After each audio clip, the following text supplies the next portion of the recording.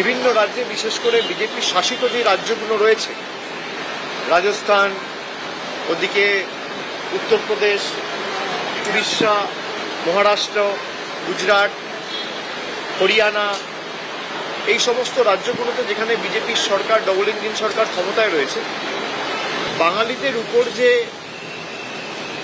পূর্ব পরিকল্পিত অত্যাচার, হিংসার একাধিক ঘটনা, বিজেপির প্রতিহিংসার রাজনীতি, এর বুড়ি বুড়ি উদাহরণ উঠে আসছে যতদিন যাচ্ছে।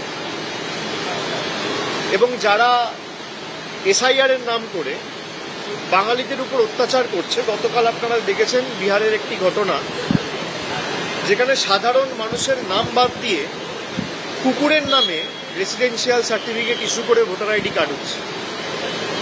নির্বাচনের সময় ভোট লুট করে বিজেপিকে বাড়তি সুবিধা করে দেওয়া যায়, নির্বাচন কমিশন তাদের তল্পিবাহক হিসেবে কাজ করে চলেছে। বলছে বাংলায় রোহিঙ্গারা থাকে। কত রোহিঙ্গা আছে দেশে, বিশ্বে, এদের কাছে কোনো তথ্য রয়েছে? তো অসমীচীন, অশিক্ষিত যারা বাংলার মানুষের উপর অত্যাচার করছে, তারা 2021-এ আর 2024-এ যা শিক্ষা পেয়েছিল, 2026-এর শিক্ষা আরো কঠিন হবে। তৈরি থাকুক। বাংলার মানুষ আর যাই হোক মাথা নত করবে না, আমরা মাথা নত করবো না।